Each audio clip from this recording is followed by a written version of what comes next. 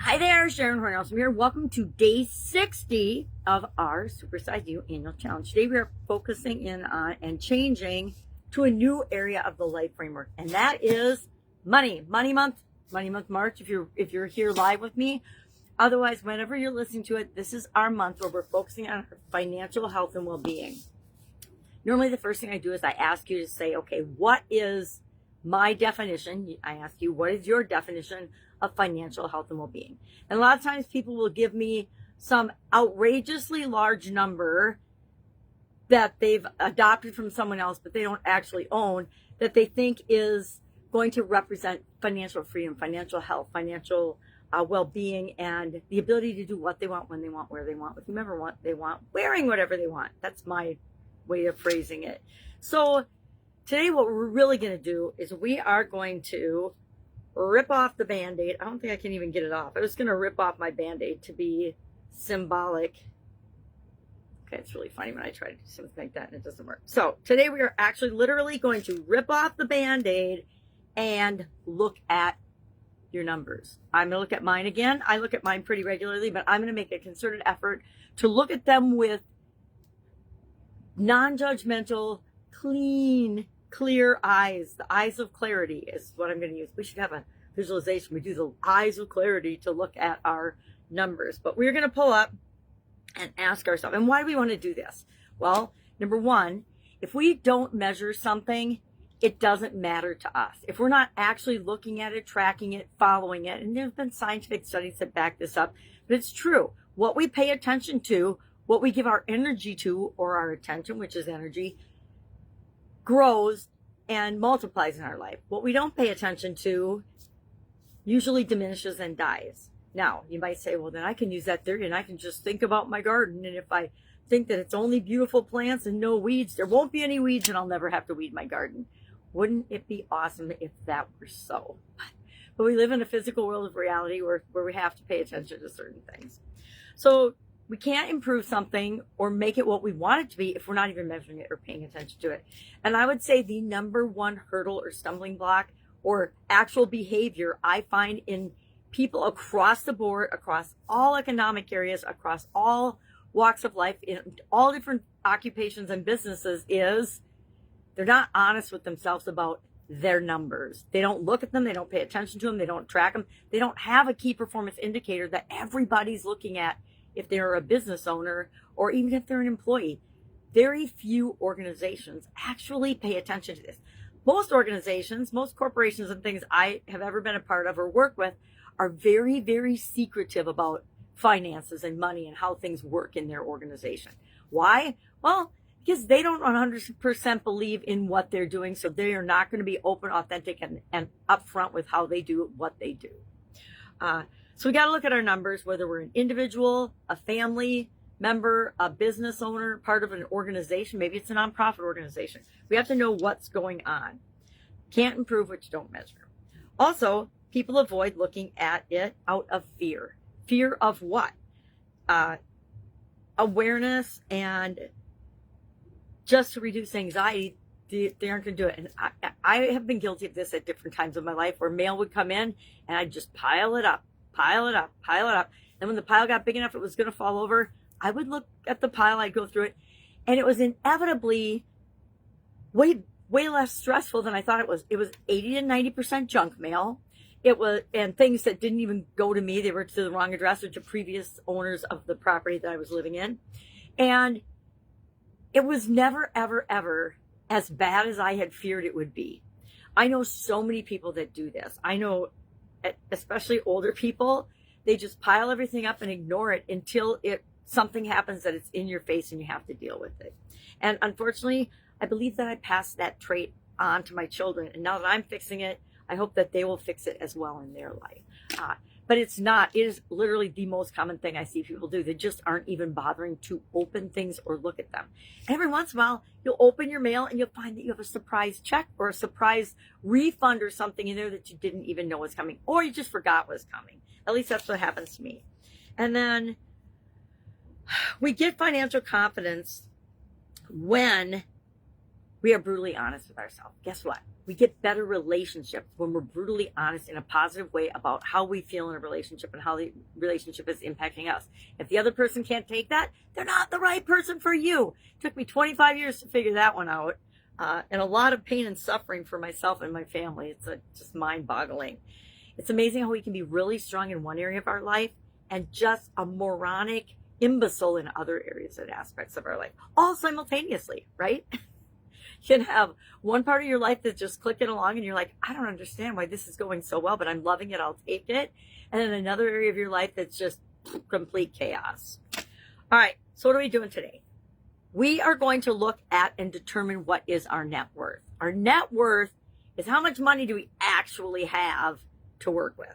So we're going to write down all of our assets, and we're going to talk tomorrow about income versus expenses, and we'll talk about assets versus liabilities, because among lay people, bookkeepers, accountants, they have and get it, but everybody else, we have to figure out what is the right way and what is the kind of wrong way to look at certain things. For example, a lot of people think that their home is an asset. It's only an asset if it can generate revenue or some sort of income flow. So unless you're renting your house out as an Airbnb, or you rent out a room or something, or you maybe running a business out of your home, it is not income generating, therefore it's not an asset. So what we're going to do is add up all our assets, and even if you owe money on something, it's an asset. So if you have a car payment and a house payment, you still have equity in those things. So what we're going to do is we're going to just list them all out today, take a look at them, both assets and then things that we pay regularly, right? Liabilities, electric bill, utility bills, streaming television, internet services, trash services, anything we pay for, we're going to write all those down. And we're just going to total up each, right? If you can do it monthly, great. If you can't, that's fine too. Just get the raw numbers down so you can look at them. And then we're going to ask ourselves some questions. Why have I been avoiding looking at these pieces of mail, these numbers, this data? Because it's all just data, and it's all data based on all the decisions and choices you've made up to this point in time.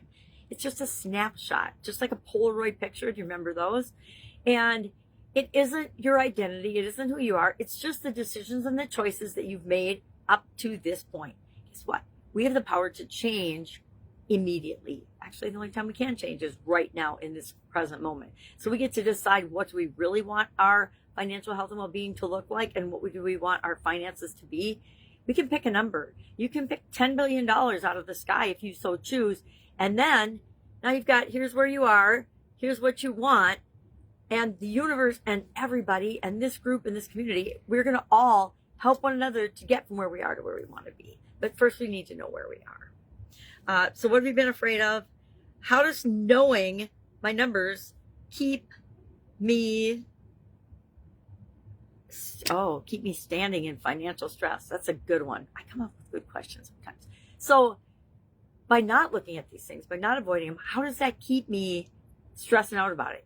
Because I will contend that 90+% of the time, we as humans are doom and gloomers. Why? Because we've been raised with negative influences our entire lives.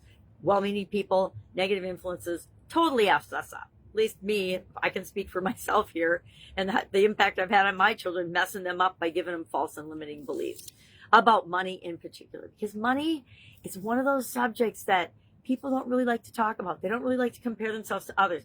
And a lot of people like to give this grand illusion of having all this money, but really they have a whole lot of debt that's supporting a lifestyle that they actually cannot afford right now. They can't afford yet. I contend you can create any kind of lifestyle you want, any kind of financial level, but you have to choose it intentionally and then take action toward it, not just sit and hope and wish for it to happen.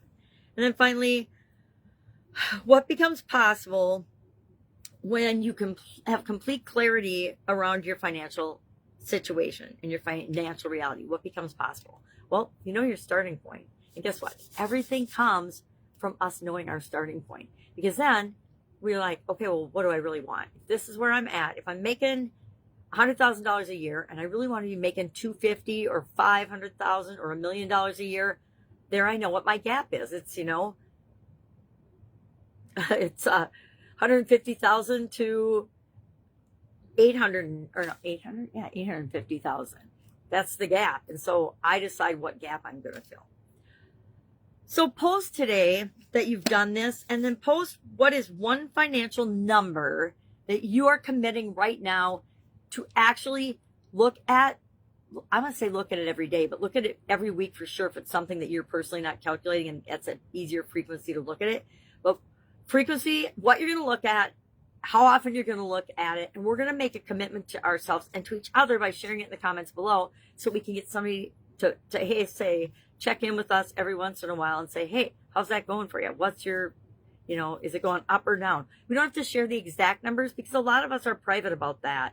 I'm in a community where we're expected to share financial wins all the time, and I don't share them because it's nobody's business, right? None of your business. So, but that's for personal reasons and beliefs and thoughts and things from my past. I do share them in my gratitude journal, but I do not share them in an open community. All right. And that's, for both positive and negative reasons. All right. Any questions about this? I want you to hit me up and ask. We are on Money Month. It's going to be an awesome month. I don't know if I've covered money in March before. I might have. I'd have to go back and look at the past challenges. This is actually year 9 of doing annual challenges for the Supersize or personal development community. All right. That's it. Have an awesome day. And I'll, of course, be with you tomorrow. Bye. Get your numbers.